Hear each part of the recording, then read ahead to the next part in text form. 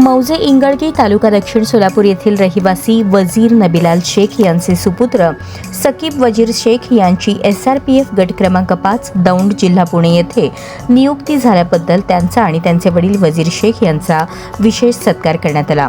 फारुखभाई, मुनाफभाई आणि बापूसाहेब करंडे यांच्या संयुक्त विद्यमाने आयोजित करण्यात आलेल्या या सत्कार समारंभात सकीब शेख यांच्या यशाचे कौतुक करत त्यांना पुढील सेवेसाठी शुभेच्छा देण्यात आल्या। स्वप्न मोठे असेल तर संघर्षही मोठा असतो, पण जिद्द आणि मेहनतीसमोर कोणतीही अडचण टिकू शकत नाही याची प्रचिती सकीब शेख यांच्या यशातून आली आहे।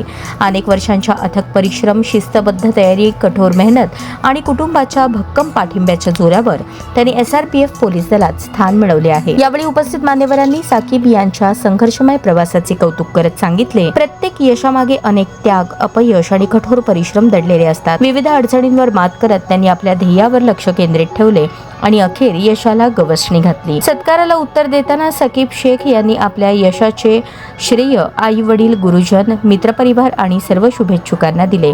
कष्टाला पर्याय नाही, ध्येय निश्चित करून सातत्याने प्रयत्न केले तर यश निश्चित मिळते, असा प्रेरणादायी संदेश त्यांनी युवकांना दिला। हा सत्कार केवळ एका युवकाच्या यशाचा गौरव नसून समाजातील तरुणांसाठी प्रेरणादायी ठरला आहे।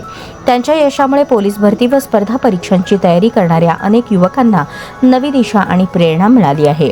कार्यक्रमास बहुजन अभियान महाराष्ट्र राज्याचे संस्थापक अध्यक्ष दयानंद बनसोडे, बहुजन हक्क अभियान सोलापूर शहर महिला अध्यक्ष लैला जमादार, सूर्योदय न्यूज चॅनलचे संपादक बापूसाहेब कारंडे, पत्रकार मुन्ना पठाण, फारुख बोरगाव, मुनाफ शेख, अरबाज शेख, पत्रकार बिराजदार, हबीब शेख, चंद्रशेखर आळंदीकर यांच्यासह अनेक मान्यवर मोठ्या संख्येने उपस्थित होते।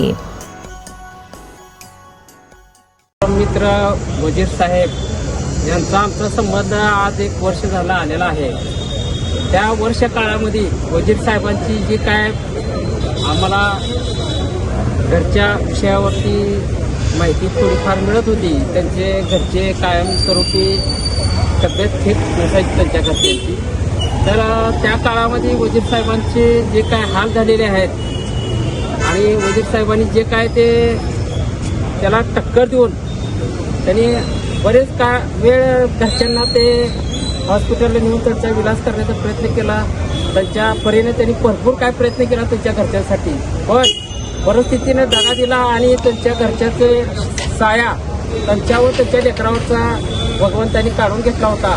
पण आईचा आशीर्वाद असतो हे आज आम्हाला साक्षात बघायला मिळालंय। कारण का 3 महिने झाले या मुलांची आई वारून आणि 3 महिन्याच्या आतमध्ये त्यांना जे काय दुःख होतं त्या दुःखातून बाहेर करण्याचं काम त्यांच्या आईसाहेबांनी केलेलं आहे। आईचा त्या मुलांना भरपूर आशीर्वाद असल्यामुळे आज ते SRPF त्याच्यामध्ये निवृत्ती झालेले आहेत। तर त्यांची देशासाठी जी सेवा घडत आहे आता पुढे, ते सेवा करीत असताना त्यांनी त्यांचे वडील वजीर साहेबांना कायमस्वरूपी आपल्यासोबत ठेवून त्यांना योग्य ते सांभाळ करावा असं आमची आज ह्या साहेबांकडे विनंती आहे आणि ते तसं करतील एवढं म्हणून मी माझे 2 शब्द संपवतो। जय हिंद, जय महाराष्ट्र। आज या ठिकाणी अत्यंत प्रतिकूल परिस्थितीमध्ये जीवन व्यतीत करून सर्वसामान्य गोरगरीब जनतेचे दुःख आणि त्यांची कामं करून आमचे मित्र वजीरभाई यांनी तळागाळातील गोरगरिबांचे हाती पडेल ते काम करून आणि अत्यंत प्रतिकूल आणि हालाकीच्या परिस्थितीत जीवन जगून त्यांनी आपल्या मुलांना साकीब वजीर शेख या मुलाला अतिशय चांगल्या पद्धतीने संस्कार आणि शिक्षण देऊन त्याचं उज्ज्वल भवितव्य घडवण्याकामी अतिशय समाजामध्ये मोलाची साथ आणि संगत दिलेली आहे। आज त्यांच्या मुलाला SRP पोलीस गट क्रमांक 5 दौंड या ठिकाणी त्या मुलाचं आज SRP मध्ये भरती झालेलं आहे आणि त्याबद्दल त्याचं मी सुरुवातीला अभिनंदन करतो। त्याच्या सुरुवातीला त्यांच्या वडिलांचं मी अभिनंदन करतो। त्यांनी अत्यंत कष्टातून त्यांच्या मुलाला वाढवलं, शिक्षण दिलं आणि संस्कार केले, त्याचं आज फलित म्हणून आज त्यांचा मुलगा SRPF मध्ये पोलीस याच्यामध्ये तो भरती झालेला आहे आणि याबद्दल मी त्यांचं हार्दिक अभिनंदन करतो आणि माझे 2 शब्द संपवतो।